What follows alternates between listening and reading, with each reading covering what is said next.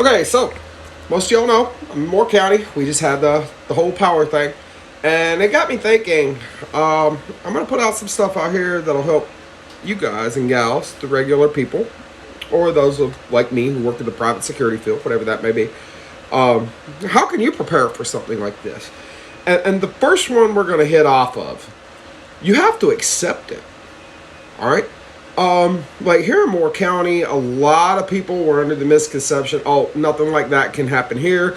We've got too many resources. We've got Fort Bragg and all it's got right there. We've got National Guard unit right here in the county. We've got our sheriff's office, who's very, very good at what they do.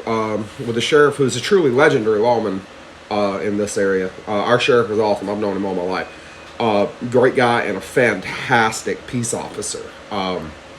I can tell you right now, if I were to call 911 for some reason and saw Ronnie Fields get out the patrol car, I would be very happy. We've got really good, really, really solid local police departments. So a lot of people are under this false misconception, right, that it can't happen here. Well, guess what? It just did. It can happen here. It can happen anywhere. Every community, every area does have some series of vulnerabilities. And those vulnerabilities, no matter how much we don't want to see them, they are real. They're there. And the people who aren't good folks can see those vulnerabilities as well and exploit them. And if they do decide to exploit them, there are only so many assets in place. Okay? Like, for example, our sheriff's office only has so many deputies, only has so many detectives. It's not a big office, right? It's just not.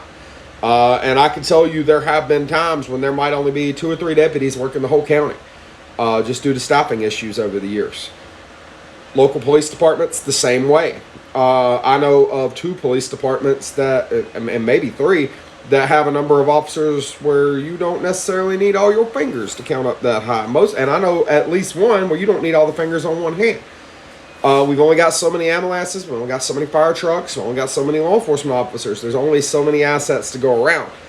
So there are people who see the forest for the trees that aren't at all. I was about to say aren't necessarily, but that's just not the case. They aren't at all good people who would exploit those for some terrible fucking goal, whatever their goal in question may be. But you have to accept that it can happen anywhere, including where you are.